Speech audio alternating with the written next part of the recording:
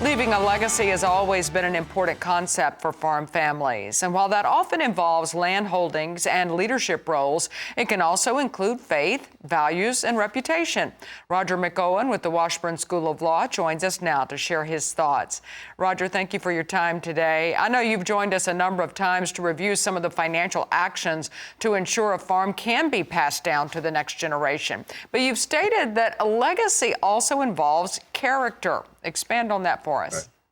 Well, good to be with you, Tammi. Indeed, it does. A legacy is something that you create for future generations.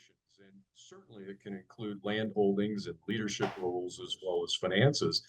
But it also includes faith and values and your reputation.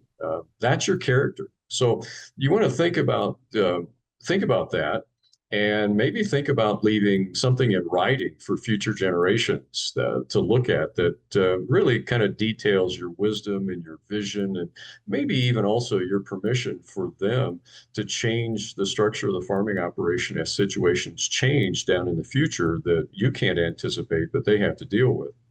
Yeah, definitely important to communicate that. Now, this also coincides with estate and business planning. What are some of the main considerations producers need to keep in mind to best structure their farming business? Well, I would say, Tammi, along with a well-drafted will or a trust, that a buy-sell agreement can be a key operational component to building a successful transition plan, succession plan, legacy plan. And if you don't do so already, maybe think about getting the family together at least once a year and include those that don't necessarily have the same passion for the farm business that you do.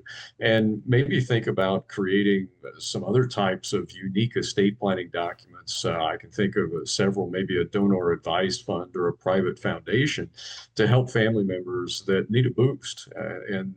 Every situation is unique, so the tools that are used are going to be different in each situation. And we know that one element of good business planning is deducting expenses. So how does a farmer know if their activity is a trade or business in the eyes of the IRS for that purpose? Well, it's based on all the facts and circumstances. There's no one size fits all on this test. So if you're a sole proprietor, farmer, or rancher, and you're engaged in an activity as the IRS deems it to be on a regular and continuous basis with the intent to make a profit, then you can deduct your business expenses. But you'll have to pay self-employment tax because you are engaged in a business. So that's if there's a downside to it, that's the downside. In our final few seconds here, any final advice for our farmers?